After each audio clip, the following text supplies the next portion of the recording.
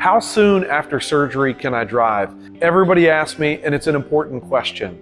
You know, I used to say it was 6 or 8 weeks after a hip and knee replacement before you could drive, but now I take a more functional approach. It has to be individualized for the patient. After hip and knee replacement, all the patients start out on a walker. This is for balance. So my rule is you can drive a car when you're walking steady with a cane, as long as you're not on that narcotic medicine. I make sure everybody waits at least 4 hours after taking narcotic pain medicine before they drive.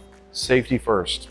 People wonder too, well, if it's my left leg, can I drive right away? Well, we've actually studied that. And even though we drive with our right leg most frequently, if you have your left leg operated on, it slows down your reaction time.